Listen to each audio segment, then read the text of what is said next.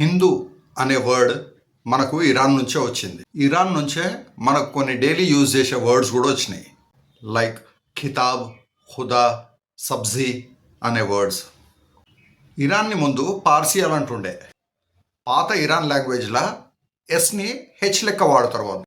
ఇండియాలో ఉన్న north western reason ఋగ్వేదాల సప్త సింధు అని ఉండే, అంటే ల్యాండ్ ఆఫ్ 7 రివర్స్ అని. అదే సప్త సింధు ఇరాన్ పాత లాంగ్వేజ్లో హప్త హిందూ అని ప్రొనౌన్స్ చేయబడ్డది. ఆ రకంగా ఇరాన్ మనకు హిందూ అనే వర్డ్ ఇచ్చింది.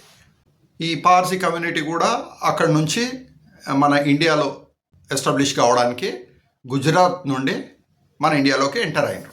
బిజినెస్, సైన్స్, మిలిటరీ అన్నిట్లో వాళ్ళు మనకు సపోర్ట్ చేసినారు. ఏది చెప్పినరో అది చేసి చూపించారు. ఈ ఇండియా అండ్ ఇరాన్ రిలేషన్ ఏదైతే ఉందో ఇది ఓన్లీ పాలిటిక్స్ మటుకే కాదు.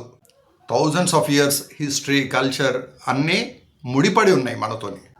ఇప్పుడు ఈ యుద్ధ సమయంలో స్టేట్ ఆఫ్ హార్మోజ్ దగ్గర అన్ని దేశాల షిప్లను ఆపేసింది ఇరాన్.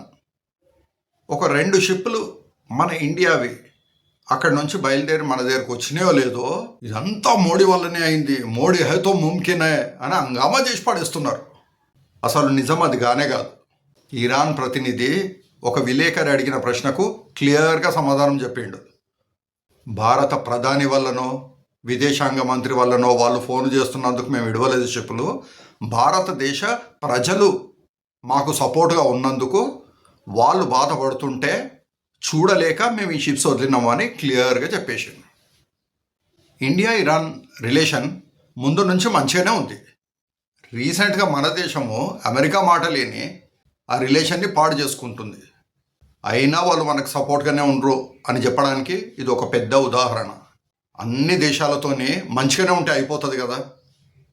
ఆ అమెరికా, ఇజ్రాయెల్ వాళ్ళ ప్రాబ్లం ఏందో వాళ్ళు ఇరాన్తో కొట్లాడితే ఆ పాగలగాళ్ళ కోసము మన దేశం ఎందుకు ఇరాన్తో శత్రుత్వం పెంచుకోవాలి? Meaningless. Thank you so much Iran, భారతదేశ ప్రజలను అర్థం చేసుకున్నందుకు.